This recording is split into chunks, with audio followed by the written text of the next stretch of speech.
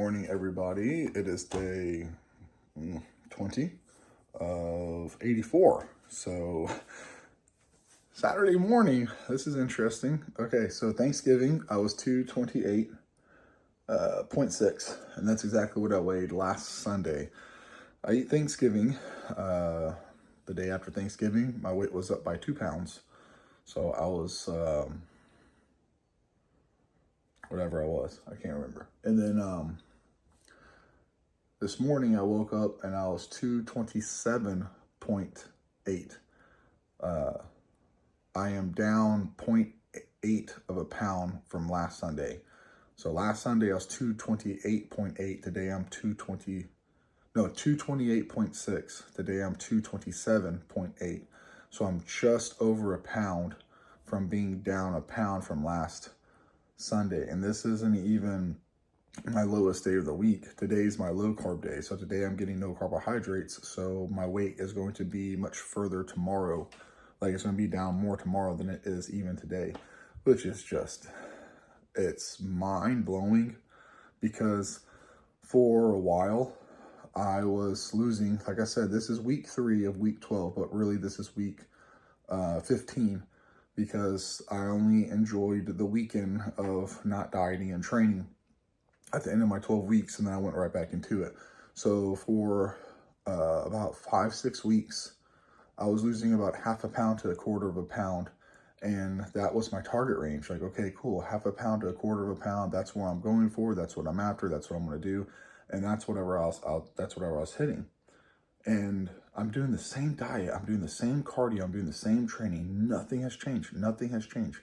The only thing that changed is I added a diet pill. That's it. That's the only thing that changed. And my weight is falling off hand over fist. It is insane how fast my weight is dropping. And it's like, okay, hold on. Did my body just go through a hard plateau and it just finally broke the plateau? Or is those pills really like making me lose this much of weight this fast? It's crazy if it is the pills. And it's like, holy crap, you know, like I went so long without taking any diet pills because I thought they're all a scam, but maybe they're not. Maybe I was wrong. Maybe I just didn't know when to use them. Maybe I just used them way too soon, and I used them way too early in my program, and all the results I was getting was from just basically diet and exercises, which I would have got regardless. And when I added them in, I was already losing weight because of that, so there was no additional benefit. But once I slowed down and stalled out, my body was already adapted to the diet pill, so it didn't do anything for me. Maybe that was always the problem. I don't know, but it is. Maybe it's because I'm older. Maybe they didn't work good for me because I was younger. Maybe I'm older, so now my body is affected differently. I don't know if it was just a plateau and I broke through it or what. But I'm happy. I'm getting results. I'm not mad about it. I'm just curious as to what was the big difference. But it takes me back to what I was saying earlier. Not earlier, but a couple days ago. Like, if it's not broken, don't fix it. If you're getting results, just keep everything the same. Like, it's easy to want to change things up whenever you start seeing something or not seeing something. And I think a lot of people make adjustments or they change things up too soon, and then they eventually have nowhere else to go. I'm eating 3,400 calories a day, and I am still losing 2 to 3 pounds a week now, thanks to the animal cuts. Actually, I don't even know if it's that, so I can't even say thank you to that. But that's the only thing that I've added in that's made a difference, it seems like, compared to what I was already doing, unless I was just on a plateau and I broke the plateau. But I kept my diet the same. I didn't change anything. 456 carbohydrates, 200 grams of protein, minimal fat, 20 grams a day, and then walking 2 hours a day, working out 7 days a week. And I hit a plateau, and I could have been like, I got to increase my cardio, or I gotta drop my calories. I'm eating too much. I got to go down, and I could have dropped my calories or went more cardio, but I didn't change anything. I was like, nope. 5-6 weeks in a row, quarter of a pound to half a pound. I was like, nah, that's good enough. I'm just gonna keep on going. The scale's still moving. Once it finally stops moving for 2 weeks at all, then I'll make the adjustment. And I'm not gonna jump early, because that's what I used to always do. I would jump too early, and I'd be eating like 1,800 calories a day doing 2 hours of cardio a day and losing 2 pounds a week, pound and a half, pound, between a pound, 2 pounds a week, looking all sucked in and shriveled up. Now I'm losing 2 to 3 pounds a week after having a hard plateau, but my muscles are still looking full. My muscle bellies are still looking big. I'm starting to get flat because of the massive weight drops now. But I'm going to see next week when I stop taking the animal cuts if my weight loss slows down. And if it slows down, then I know, okay, yeah, it's the animal cuts.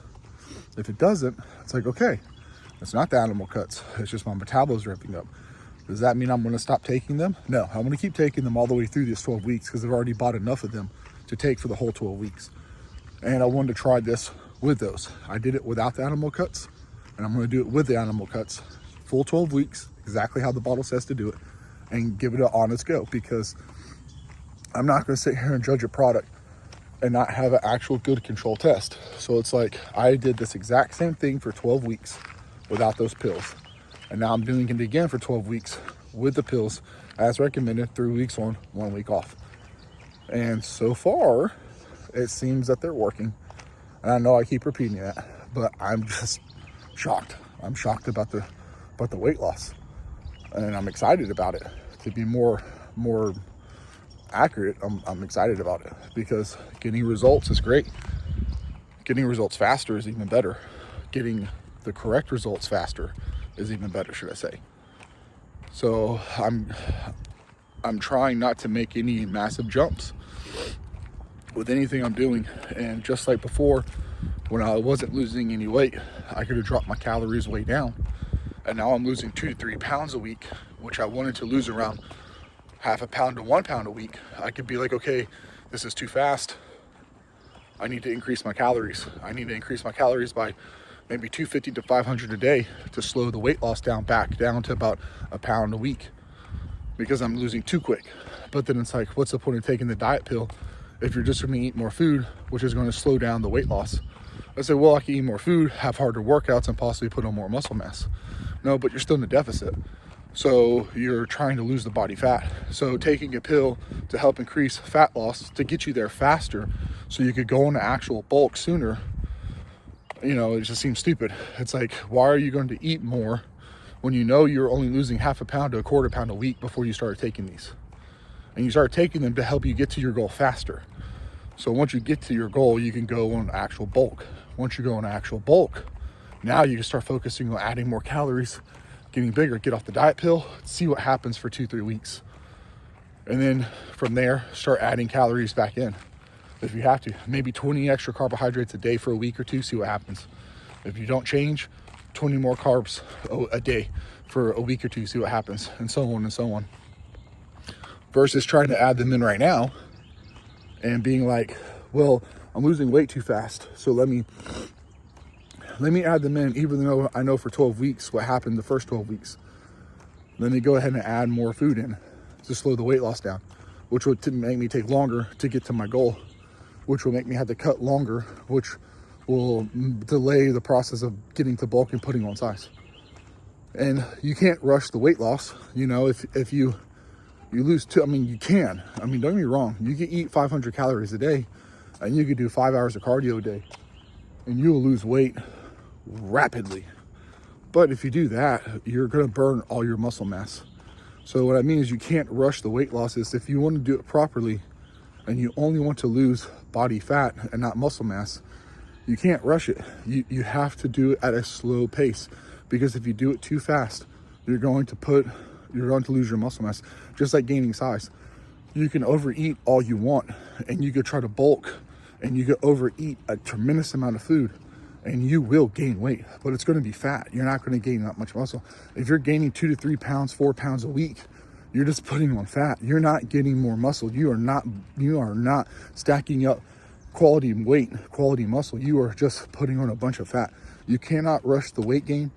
You cannot rush the weight loss. It has to be done very slow and methodical over the course of months and months and months to achieve the proper goal. If your goal is to be muscular, like a bodybuilder or fitness or whatever. And that's what I'm trying not to do. Make any adjustments to anything until I run its course and see where I'm at, because the first 12 was a good indicator of what my body would do with what I'm doing right now.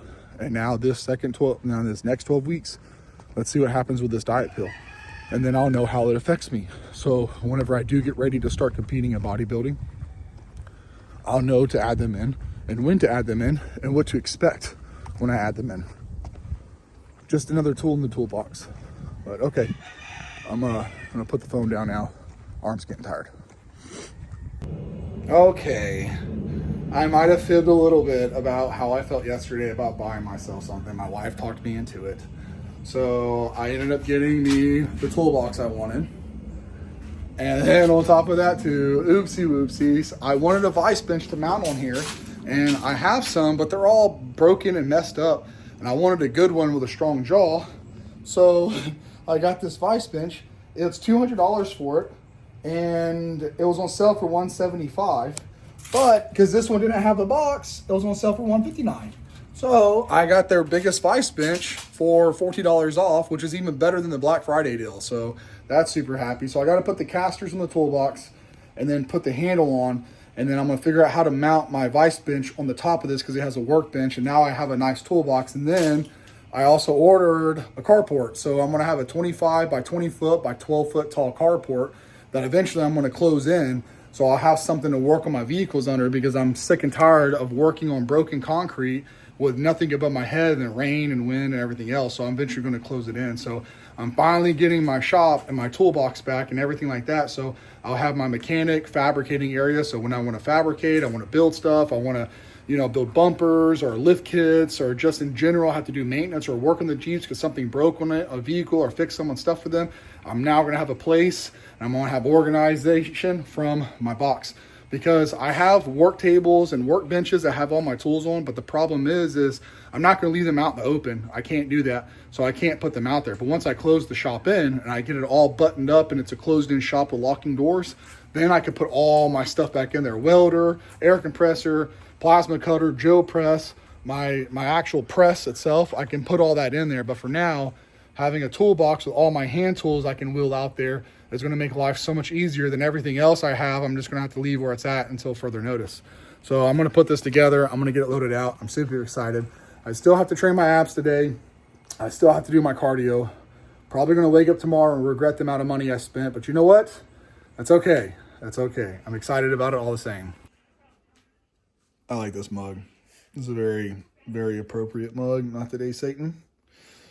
Well, I got my toolbox put together, which was just the casters and the handle, and I was able to mount the vise on there, which I'm super excited about. And then I got all the tools that were in my wheelbarrow and all over my workbench put in there. So now whenever I have to work on something in the garage, not in the garage, in the driveway, I can just easily roll my toolbox out there. Now, the only thing is on the end of my walkway, it's a hard drop, like a 2.5 inch drop. And I don't want to slam the toolbox that hard. So I think what I'm going to have to do is either build a little wooden ramp to put there, so I can just put the ramp there whenever I wheel the toolbox up and down, or I'm going to get some concrete and I'm going to make a concrete ramp going down to the driveway. So that way I don't slam it down and it's easier to roll up and down. I'll probably just go with a wooden one so I can remove it and it's just easier. But if I get a little wild hair, I might just do the beveled one. I'm just afraid more people would trip over that than they would realize that it's right there like that. All right, so I took my pills. I took my protein shake. Remember, today is Saturday, so it's a no-carb day. I haven't had any carbohydrates, just chicken and protein powder all day long. I'm drinking my coffee. I'm about to go train my abs and then do my cardio. So we'll see how far I can push my abs. I'm really interested next week about, well, not interested. I'm really considering putting those stiff-legged, rounded back deadlifts in, the anti-rep. I really like that. I really like the way those felt on my glutes and my abs really hard. So I don't want to put them in today because my hamstrings are already tore up from yesterday. But I think if I add them in on Fridays, I could get really strong in a really bad position. And I think it would develop all the areas that don't normally get worked in an odd way. I know it's like, oh, you're loading your spine, but my lower back is still flat. It's just my upper back that's rounded. And I have a long, limberous upper back. So it's like, I don't think it'd be too bad. Anyways, I'm going to hang out with my family for the time being. and then I'll see you guys here in just a second in the gym. Gonna get these abs in today. Let's see what we can do. See if we can't get some growth on these. It's important to grow the abs as well too. I don't think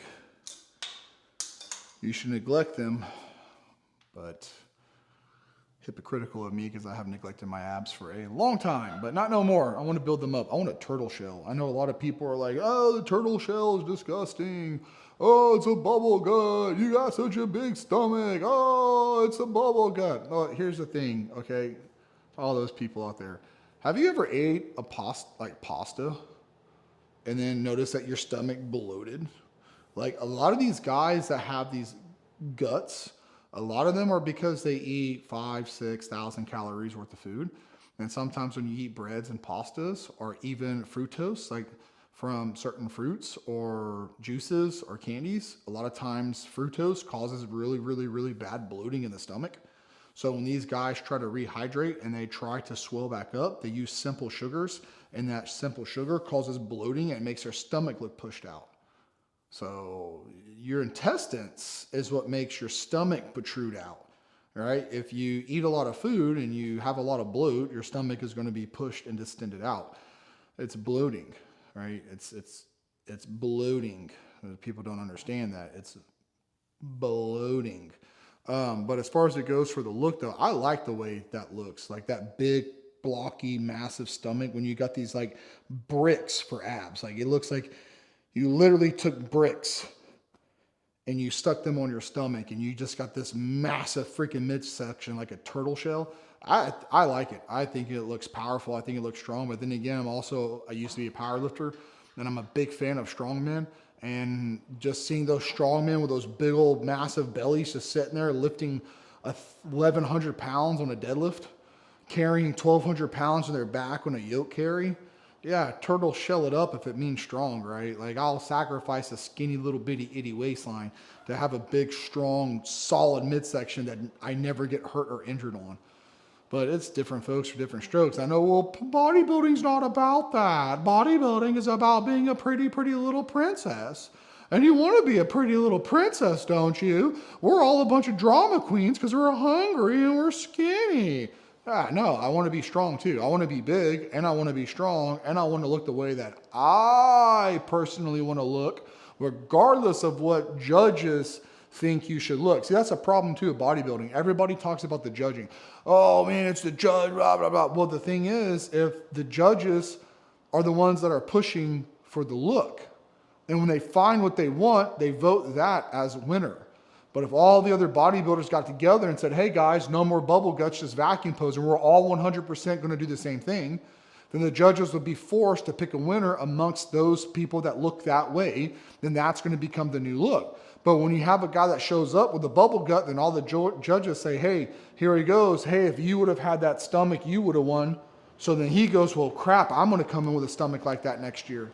And then the next guy goes, well, damn, I'm going to come in with a stomach. See, the judges tell the competitors what they want. Then the competitors train the way the judges want. I don't do that. I'm going to train the way I want to train to have the look that I want to look. Messed up, mutilated pec, big turtle shell of a belly, right? Right? I mean, ultimately at the end of the day, it comes down to your genetics anyways. It doesn't matter if you curl in here, or you curl in here, or you curl in here, or you curl out here, or you curl in here. The genetic makeup of your bicep, of where the insertions are, where the muscle head goes down and turns into a tendon and then connects to the bone, that's what determines how big the peak of your bicep is or how long your bicep is. Guys that have long biceps that don't peak real hard, that's because they have long muscle bellies. The guys that have longer tendons and shorter muscle bellies, their muscles peak up real high. It's where does the muscle tie in and where does the tendon run? Like guys that have very, very short calves that, on their calves, they look like they're this big and there's all this bone down here. That's because they have long tendons and short muscle bellies versus guys that have calves that look like they come down to their ankles. That's because they have long muscle bellies. That is what they mean when they're talking about genetics. You cannot change. When some guys do lat spreads like this and their lats are like up here, the other guys, it looks like they come all the way down to their hip. That's genetics. Look at Dennis Wolf. Dennis Wolf had a long torso and high tie-ins on his lats. There was nothing he could do about it. Ronnie Coleman's lats tied down here. Franco Colombo, his lats tied down here. So it's just one of those things. That's genetics. So ultimately, really honestly, it doesn't matter how you want to look. It's your genetics that tell you how you're going to look. Anyways, that's my rant. I'm going to start training now. I don't know. I guess it's just comical to me.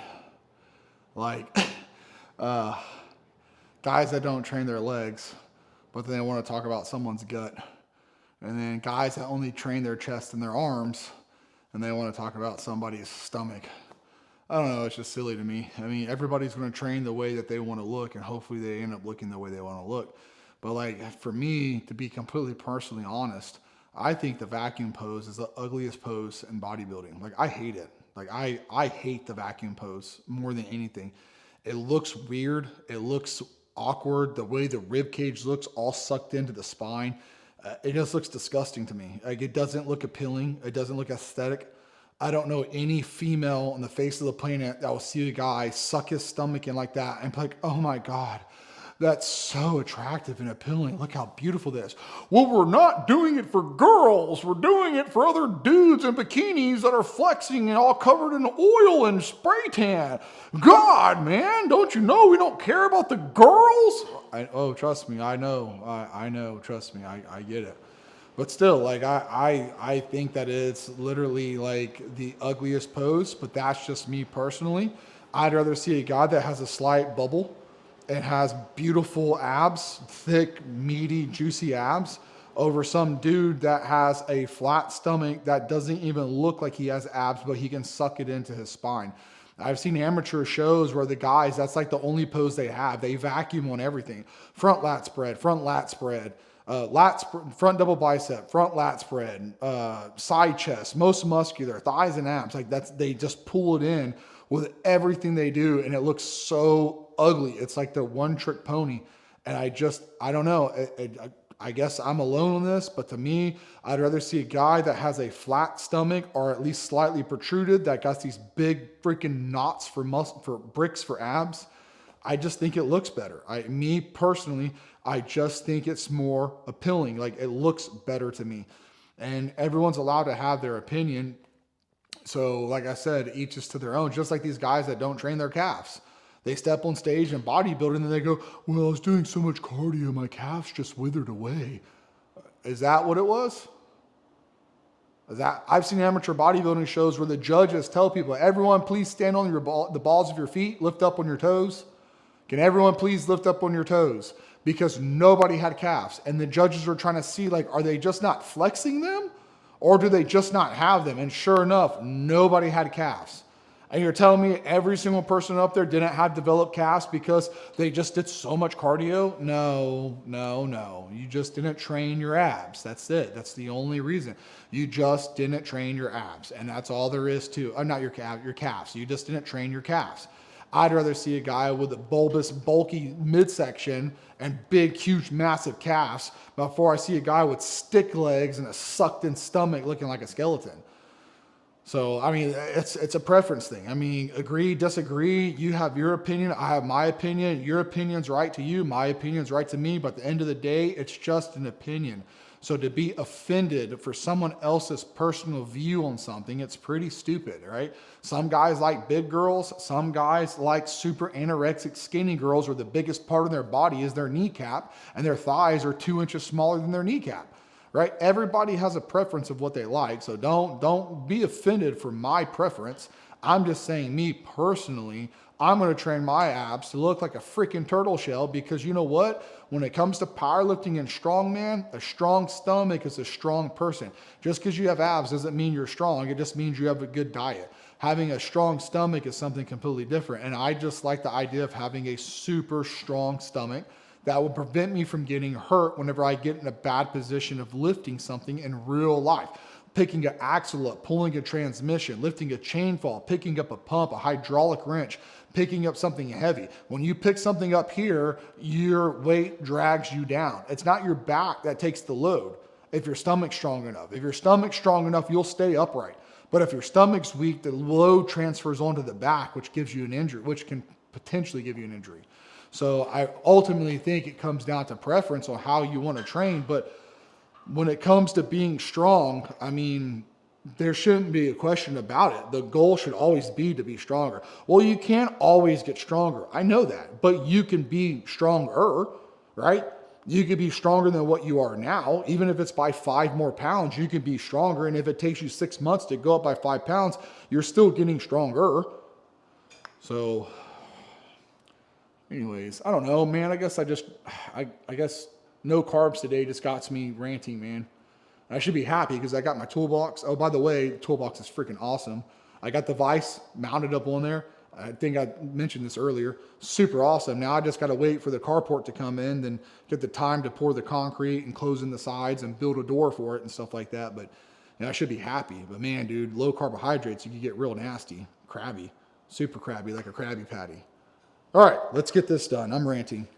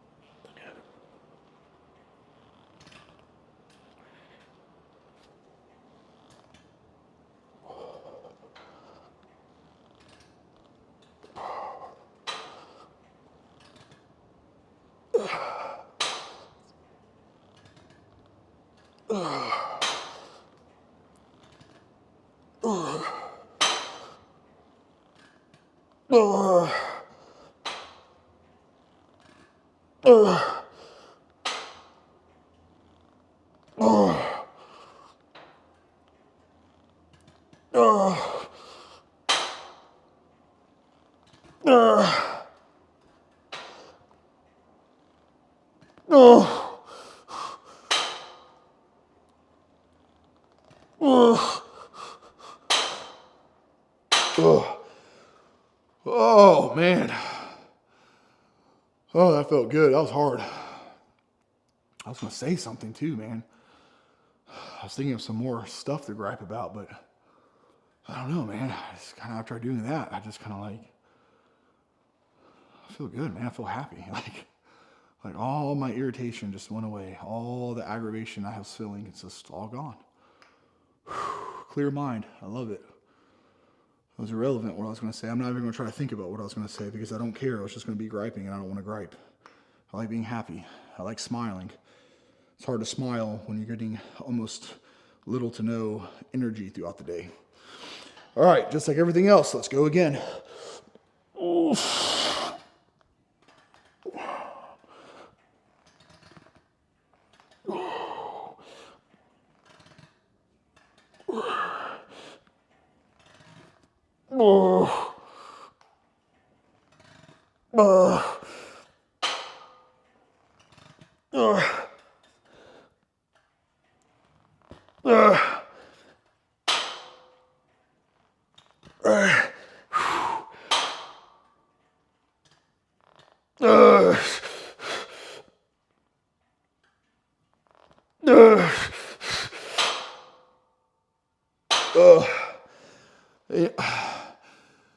That's the thing too, right? The difference between a bodybuilder and a powerlifter. A bodybuilder will work on trying to suck his stomach in to get to his belly button to touch his spine. A powerlifter will train to push his stomach out against his diaphragm. Like he trains to breathe air into the diaphragm, push the diaphragm out and brace down and out to push that belly out as much as possible, to create as much internal pressure as he possibly can, to be braced up and his spine protected as possible to lift the most amount of weight he could possibly lift. Everything, a powerlifter will eat foods to deliberately and directly bloat him on training days, to have a bigger bloated stomach, to have more pressure in his belly to flex against his belt even harder. It's just strongman and powerlifting stomach training is significantly different than bodybuilding. But strongmen and powerlifters train their abs probably harder than bodybuilders. Like, don't train your abs because your abs are going to get big and bulky. You don't want to train your midsection. Get your body fat down low enough to see your abs, but don't train your abs. Powerlifters and strongmen will deliberately train their abs to get their stomach as big and as strong as possible. Look at Scott Middleton for that matter. If you want to see a massive freaking stomach, look at Scott Middleton.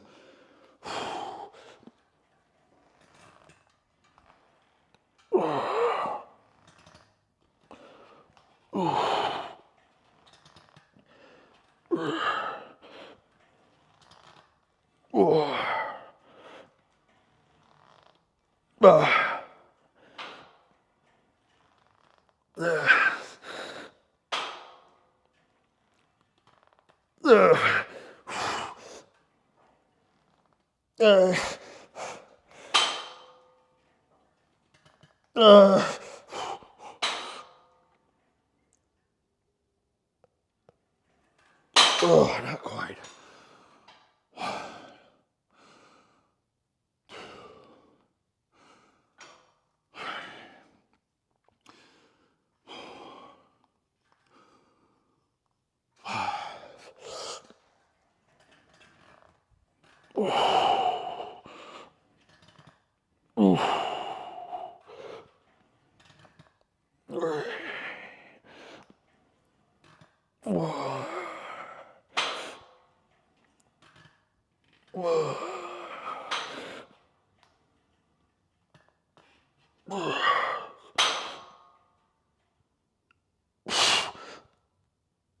Oh, dang it.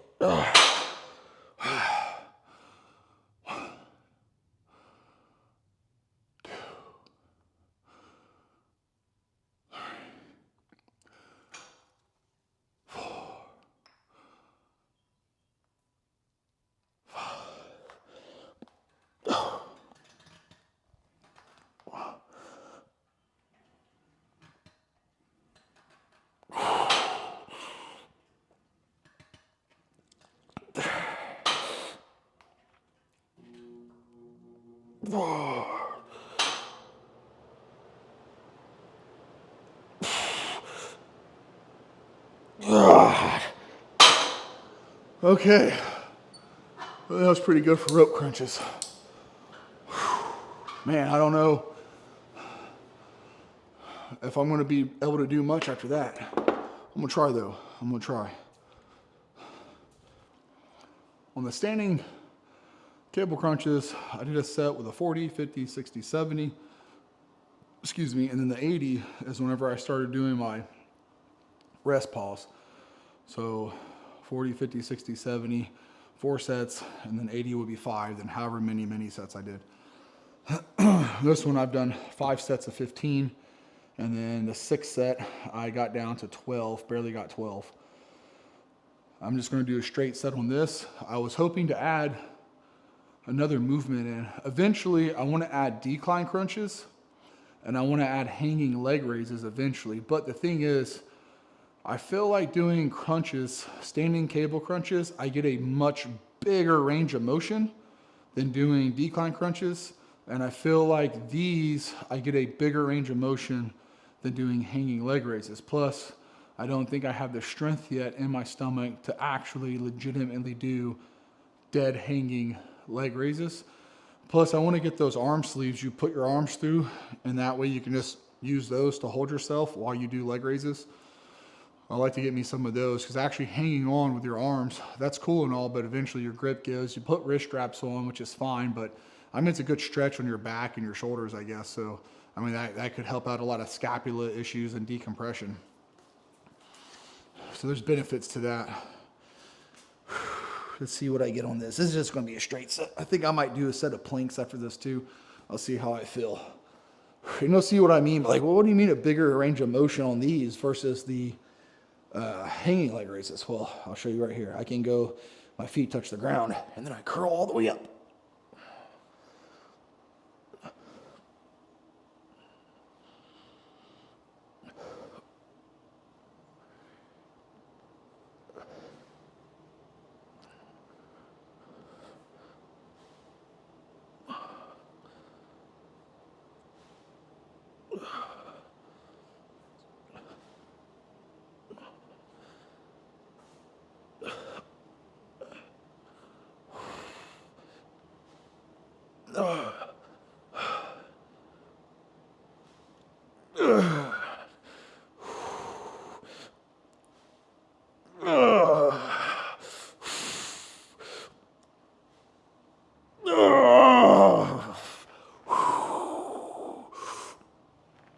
Oh, dang.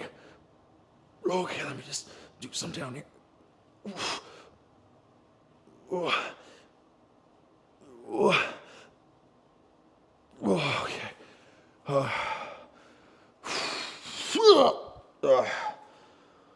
All right.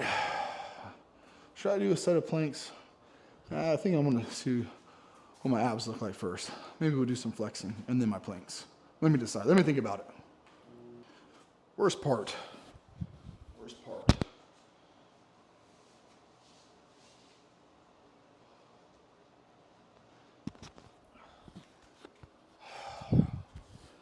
It was just abs. So, yeah, got a pump on them.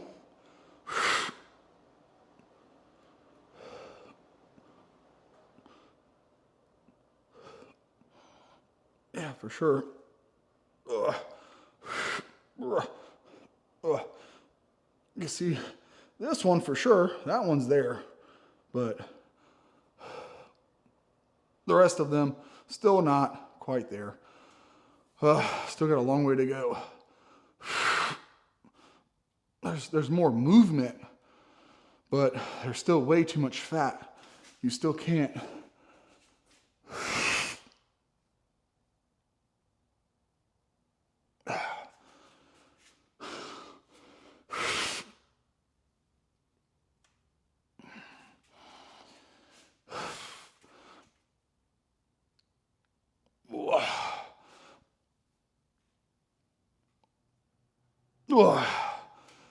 Probably about as far as I'm going to go for flexing tonight. So it was 227.8 this morning. So the way my weight's dropping, I think I got about another probably 27 pounds. I think if I get to 200, my midsection's finally going to look the way I'm hoping. But I'm deflated today. My arms are looking small. My chest is looking small. My shoulders. I mean, there's a lot better like definition for sure, but I am absolutely flat. Every shape of the imagination. I'm really flat today, but not flat enough to see anything here. Still got a long way to go. Okay, I'm going to do a set of planks. Just a set. Planks were a big part of my powerlifting abdominal training. Side holds and planks. And what I mean by side holds is I would grab a dumbbell or a farmer walk or a barbell. I would get a power rack and I set the safeties and I get a barbell and I would load a certain amount and I would pick the weight up and hold it straight because it'd be pulling you down. So I would just try to hold here up until I couldn't no more. And then I drop it and I switch sides and I pick it up and I try to hold it here until I started losing it. I wouldn't rep. I would not do this. I wouldn't rep. I would not do repetitions. I would just hold it. That's it. Just hold it on one side and then hold it on the other. And it will get everything on this side is trying to keep you from stretching. So this is contracting really hard, right? I'm not going to say this is expanding because it doesn't really work that way, but this side is flexing to keep you from leaning over. So you're really working this side when you're holding on this side. And then when you work this side, you're holding this side. So it's working the opposite side. And then planks were just to hold, because when you're squatting, when you're in a squat, you don't want to round. You want to stay upright. So you train your stomach to stay upright. And the reason why you do side holds is because when you're walking out on a squat, right, when you're taking this out and that weight starts to do this, right? If you walk that barbell out, you step up with it, and you step out, and then you step out, that's over exaggerated. But you get what I'm saying? You do this, and then this, and then you set your foot position, that tilt. If you don't have strong obliques, it can make you lose your load and you can get hurt and you can tweak something. So you had to train here to do the walkout on the squat properly. And then when you're squatting and deadlifting, when you're deadlifting, you don't want to do this. So you have to train your abs to hold you rigid. So holds were super important to train. So like doing a cable crunch with a flat back, right? And then doing holds was the most superior way to train your stomach for strength. Crunching, leg raises, hanging leg raises, none of that was carryover. That wouldn't carry over to strength, but the holds would carry over dramatically because the abs are a holding muscle.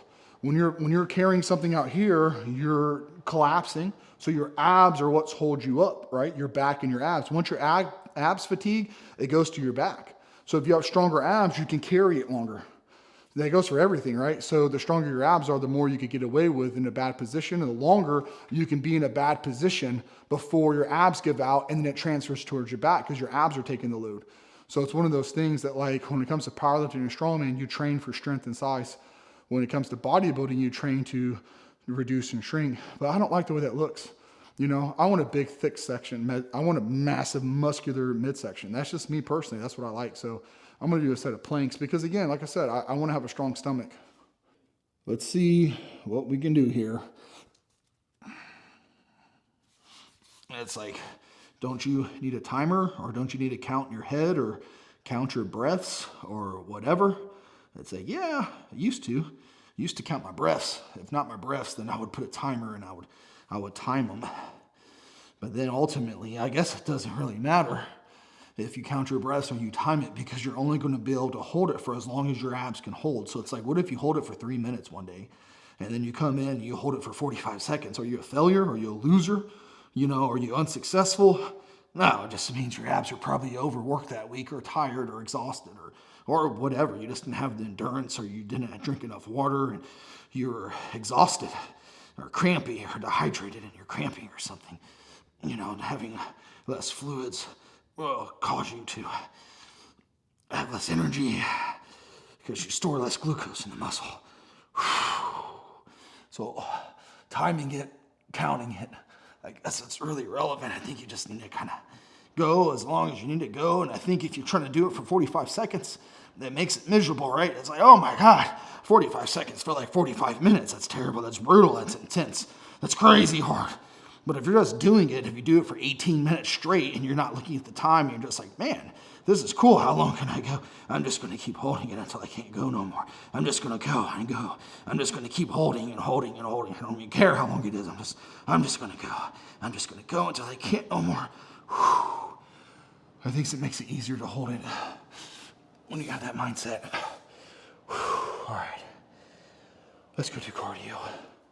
Low carb days are something else. Man, I tell you what, I'm normally pretty good at controlling my irritation or being aggravated. I've had a really good day. Spent the whole day with my family. It was wonderful. Got a new toolbox, set it all up. You guys saw that. And I don't know. I guess the hunger got to me while I was working out, and it just kind of stacked up, and I just started griping about things that didn't really matter. So that's stupid. I don't understand the reason for it, but that's just kind of where my mind went. Just felt irritated for no reason at all, other than probably lack of carbohydrates and being a little hungry today. But I'm on my walk. I'm gonna get this taken care of. So I'll see you guys in the next one.